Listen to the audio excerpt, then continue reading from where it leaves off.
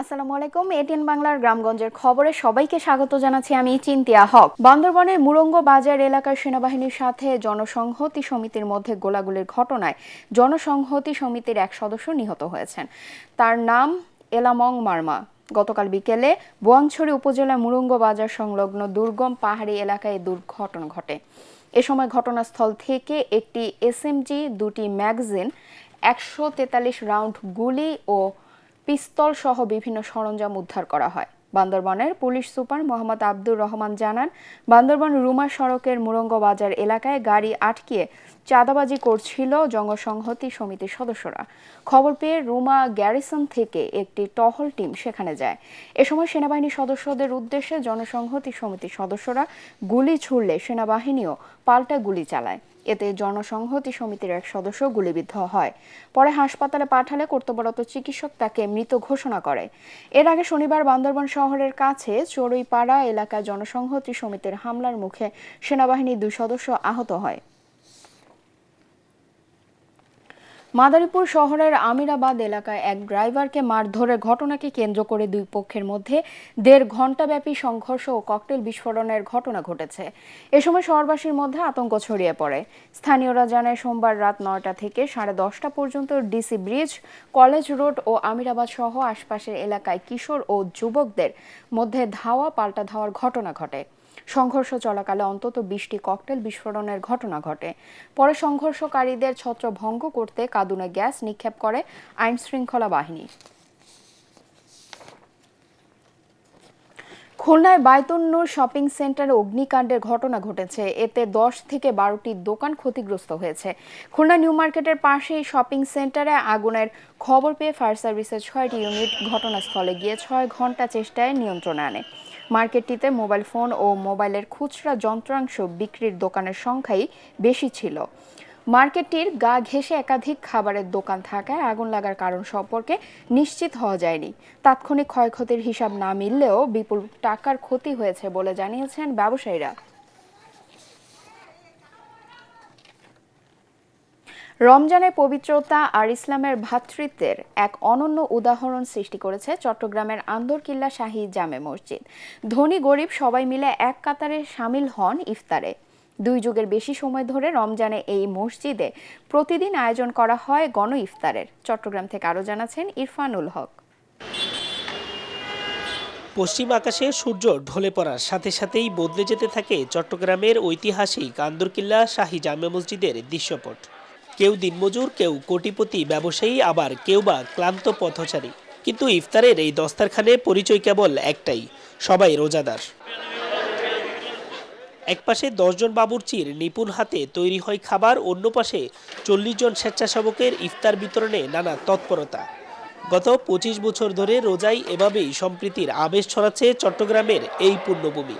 এটাই হচ্ছে মানে ইসলামের কি ভ্রাতৃত্ববোধ আর কি, ঠিক আছে, মানে সম্প্রীতি। এখানে বড় মানুষ, ছোট মানুষ, ধনী গরিব, আমরা সবাই একসাথে বসে কি ইফতার করতেছি। এতগুলো লোক ইফতার আমি কোনো সময় দেখিনি কোনো জায়গায়। আজকে 2-3 বছর ধরে আসি এবং প্রতিদিনই আসি আমি এখানে। আজ 30 বছর পর্যন্ত এই কাজ করতে করতে আমি আজ পর্যন্ত এখানে আসি আল্লাহর রহমতে, আল্লাহর ঘরে। 3 থেকে 6,000 পর্যন্ত প্লাস আমাদের মানুষ ইফতার মাহফিল হয় প্রথম রোজা থেকে শেষ পর্যন্ত। 1996 সালে উদ্যোগটি নিয়েছিলেন মসজিদের খতিব সাইয়্যিদ মোহাম্মদ আনোয়ার হোসেন তাহের জাবেরি আল মাদানী। মক্কা মদিনার আদলে এই আয়োজন 2001 সালে স্বল্প পরিসরে শুরু হলেও 2005 সাল থেকে এটি রূপ নেয় বিশাল গণ ইফতারে। আমাদের বর্তমান খতিব মহোদয় সৈয়দ আনোয়ার হোসেন তাহেরি জাবেরি আল মাদানী, উনি এখানে আসার পর থেকে এটাকে আরও সুন্দর রূপে করার জন্য উনি আমাদেরকে নির্দেশ দিলেন। ওনার উদ্যোগে আমরা এই কাজটা 1996 থেকে শুরু করা হয়েছে। ইফতারের আগে হাজারো হাত একসাথে উঠে স্রষ্টার সন্তুষ্টির আশায়। আজানের ধ্বনি কানে পৌঁছাতেই এক প্লেট থেকে ভাগ করে নেওয়া শুরু হয় ইফতার, যেন এক প্লেট খাবারে মিশে থাকে হাজারো মানুষের অভিন্ন আবেগ। আন্দরকিল্লার এই ইফতার শুধুই কেবল ভোজন নয়, এটি সামাজিক বৈষম্যের বিরুদ্ধে তৈরি করেছে এক নীরব বিপ্লব, যেখানে আভিজাত্যের অহংকার ধুলোয় মিশে অনেকটাই তৈরি করেছেন এক মানবিক বন্ধন। আর এভাবেই আন্দরকিল্লা হয়ে উঠেছে সম্প্রীতি আর সাম্যের এক অনন্য উদাহরণ। ইরফানুল হক, এটিএন বাংলা, চট্টগ্রাম। গাইবান্ধা জেলা শহরের গুরুত্বপূর্ণ সড়কগুলোতে প্রতিদিন সৃষ্টি হচ্ছে অসহনীয় যানজট। এতে চরম দুর্ভোগের শহরবাসী। ট্রাফিক পুলিশের দায়িত্বে অবহেলার কারণে শহরের পুরাতন ব্রিজ, জেলখানার মোড়, 1 ও 2 নম্বর ট্রাফিক মোড় এবং ডাকবাংলোর মোড় সহ কয়েকটি এলাকায় যানজট লেগেই থাকে বলে জানিয়েছেন ভুক্তভোগীরা। যানজট নিরসনে সংশ্লিষ্ট কর্তৃপক্ষের দ্রুত হস্তক্ষেপ কামনা করছেন শহরবাসী। সিরাজগঞ্জের কৃষকরা এখন সরিষা চাষের দিকে ঝুঁকছে। এবছর রেকর্ড পরিমাণ সরিষার আবাদ হয়েছে। উচ্চ ফলনশীল বাড়ি 14 জাতের সরিষার ফলন বেশি হওয়ায় কৃষকদের ব্যাপক আগ্রহী করে তুলেছে। উৎপাদন বেশি হয়, প্রতি বছরই বাড়ছে আবাদ। সিরাজগঞ্জ প্রতিনিধি ফেরদৌস হাসানের পাঠানো রিপোর্ট জানাচ্ছেন মাসুদ রানা। ধানকে পেছনে ফেলে সিরাজগঞ্জের প্রধান অর্থকরী ফসল হয়ে উঠছে সরিষা। লাভ বেশি হওয়ায় সরিষা আবাদে ঝুঁকছেন চাষিরা। আবহাওয়া অনুকূলে থাকায় এবছর সরিষার বাম্পার ফলন হয়েছে। লাভ বেশি ও রোগবালাই কম হওয়ায় উচ্চ ফলনশীল বাড়ি সরিষা 14 জাতের সবচেয়ে বেশি চাষ হচ্ছে। অল্প খরচে মাত্র 80 দিনেই ফসল ঘরে তোলা যায়। বাড়ি 14, ফলন ভালো, আবার আবাদ করব, মানগত গুণ ভালো, শস্য উৎপাদন বেশি। সরষে আমাদের অনেক উপকার হয়। সরষের তেল খাই, আবার সরষের খোল গরুকে খাওয়াই। কৃষি অফিস জানায়, কৃষককে বিনামূল্যে সরিষার বীজ, সার দেওয়ার পাশাপাশি চাষ পদ্ধতির ওপর প্রশিক্ষণ দেওয়া হচ্ছে।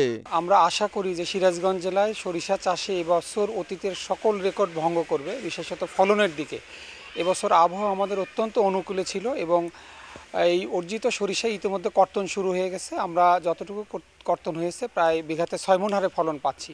আমরা সরিষা চাষের জন্য কৃষক ভাইদের প্রণোদনা দিয়ে থাকি। এবছর 73,000 কৃষককে আমরা প্রণোদনা দিয়েছি বীজ, সার। এবছর জেলায় 90,000 হেক্টর লক্ষ্যমাত্রা ধরা হয়েছে। তবে লক্ষ্যমাত্রার চেয়ে 550 হেক্টর বেশি জমিতে সরিষা চাষ হয়েছে। Bureau report, ATN Bangla. ব্রাহ্মণবাড়িয়ায় জেলিযুক্ত চিংড়ি মাছ বিক্রির অভিযোগে এক বিক্রেতাকে 10,000 টাকা জরিমানা করেছে ভোক্তা অধিকার সংরক্ষণ অধিদপ্তর। জেলা শহরের আনন্দ বাজারে অভিযান চালিয়ে জরিমানা করা হয়। একই সাথে জব্দ করা প্রায় 50 কেজি জেলিযুক্ত চিংড়ি মাছ ধ্বংস করা হয়। অভিযান পরিচালনা করেন ভোক্তা অধিকার সংরক্ষণ অধিদপ্তর ব্রাহ্মণবাড়িয়া জেলা কার্যালয়ের সহকারী পরিচালক ইফতেখারুল আলম রিজভী। পরবর্তী সংবাদ দেখার আমন্ত্রণ জানিয়ে এখনকার মতো শেষ করছি। এটিএন বাংলা সংবাদ ইউটিউবে দেখতে ব্রাউজ করুন, youtube/ATN Bangla News। ধন্যবাদ সবাইকে।